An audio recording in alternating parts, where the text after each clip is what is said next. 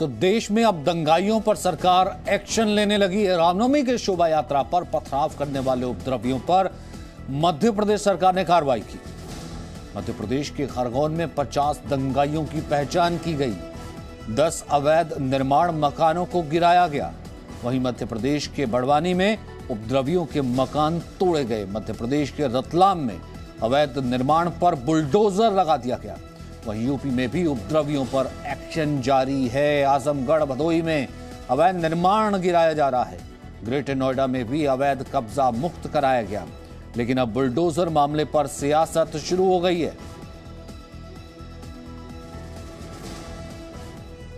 तो कल शिवराज सिंह चौहान ने कहा था कि मध्य प्रदेश में किसी दंगाई के लिए कोई जगह नहीं है और तुरंत कल ही एक्शन शुरू हो गया था। वहीं बुलडोजर मामले पर ओवैसी का बयान सामने आया है कि मुस्लिमों को यह तो परेशान किया जा रहा है, हिंसा के पीछे तो आरएसएस का हाथ है।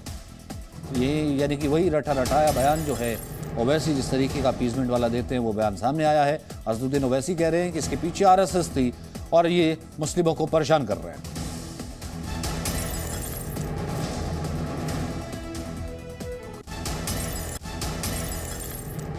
तो ये पूरे कंट्री में इतने 6-7 प्रदेशों में अगर हो रहा है तो ये देखिए, ये एक ऐसा नहीं है, पूरा प्लानिंग से हो रहा है ये।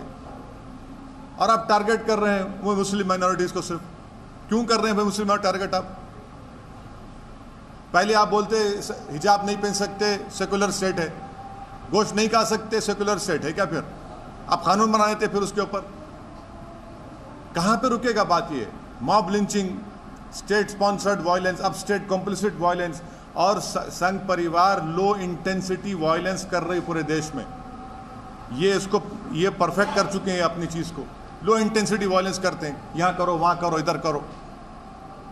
सरकार की जिम्मेदारी बताइए, सरकार की जिम्मेदारी है ही नहीं। आप सो रहे थे, कैसा दंगा होने दिया आपने?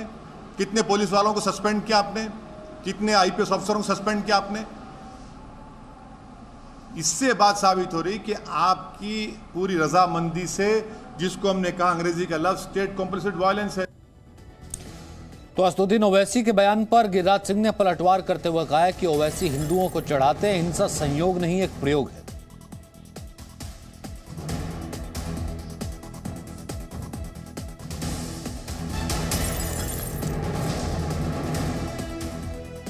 केंद्रीय मंत्री गिरिराज सिंह, गिरिराज जी, रामनवमी का पर्व होता है, इतने सालों से हजारों सनातन पर्व है और इस पर भी एक वर्ग द्वारा पथराव किया जाता है और एक नहीं 7-7 राज्यों में किया जाता है। देखिए, मुझे दुख हुआ जब ओवैसी जी का बयान आया कि ये हिंदू लोगों को चिढ़ाते हैं। आखिर जाते क्यों हैं? तो मुझे समझ में नहीं आया कि ओवैसी जी 1947 में तो बंटवारा हो गया तो उधर नहीं जाना है, लेकिन अभी तो हम स्वतंत्र भारत में हैं, जिनको जाना था वो चले गए। अब तुम किसको बांट रहे हो कि ये गली हमें जाने के लिए निषेध कर रहे हो? संविधान ने तो निषेध नहीं किया है। ये जो घटना घट रही है, चाहे मध्य प्रदेश हो, चाहे राजस्थान हो, चाहे झारखंड हो, चाहे दिल्ली के जेएनयू हो, ये संयोग नहीं, एक प्रयोग है। और ये प्रयोग मैं इसलिए कह रहा हूं, मैं बार बार पहले भी कहा हूं कि मुझे मुसलमानों की बढ़ती हुई आबादी से कोई चिंता नहीं, देश को न कोई खतरा। अगर खतरा है, चिंता है, तो कट्टरपंथी सोच से, वो सोच है शर्जिल इमाम जो आसाम को भारत से काटने की बात करता हो। चिंता है मुर्तुजा जैसे लोग जो आतंकी हमले करते हों गोरखपुर मंदिरों में। चिंता है जब हिजाब के नाम पर कर्नाटक से शुरू करके पूरे देश में लोगों को डराने का काम करते हैं। ये चिंता तब होती है, ये महज संयोग नहीं, ये प्रयोग है। भारत को जिन्ना के सोच वाले लोग ये प्रयोग कर रहे हैं। तो रामनवमी यात्रा पर पथराव को लेकर मध्य प्रदेश के सीएम शिवराज सिंह चौहान ने क्या कहा है, ये भी हम आपको सुनवा देते हैं। खरगोन में दुर्भाग्यपूर्ण घटना हुई है। दंगाई छोड़े नहीं जाएंगे, कठोरतम कार्रवाई की जाएगी। मध्य प्रदेश की धरती पर दंगाइयों को कोई स्थान नहीं है, चिन्हित कर लिए गए और केवल कार्रवाई का मतलब जेल भेजना नहीं है।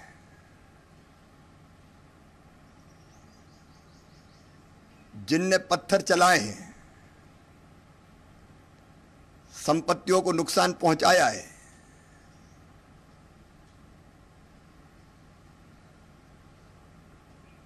उनको दंडित तो किया ही जाएगा, लेकिन चाहे सार्वजनिक संपत्ति हो चाहे निजी संपत्ति हो,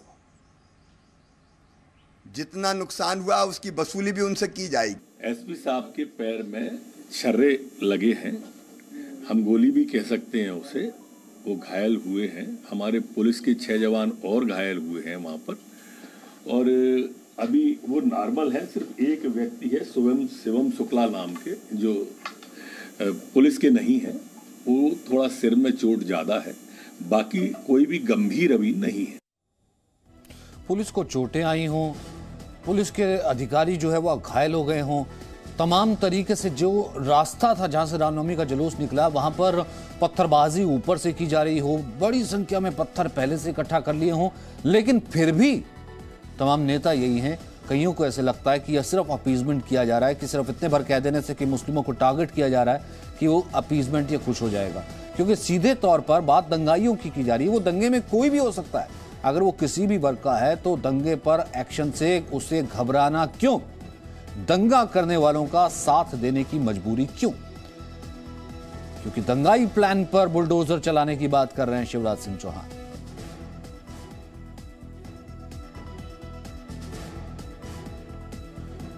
तो दंगाइयों की धरपकड़ उसी वक्त ही शुरू हो गई है खरगोन में। वहीं बड़वानी में भी उपद्रवियों के मकान की पहचान कर ली गई है, चिन्हित कर लिया गया है और बाकायदा उन मकानों को भी तोड़ा जाएगा। 4 मकानों को तोड़ा गया है।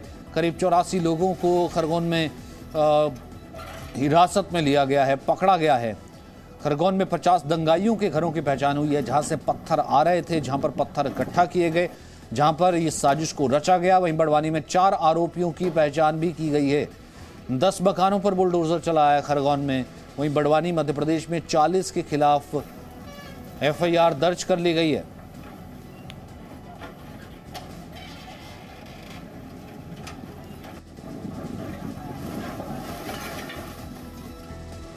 और रुक रहे एक छोटे से ब्रेक के लिए। Presenting B News app available on Google Play and App Store. Download it now.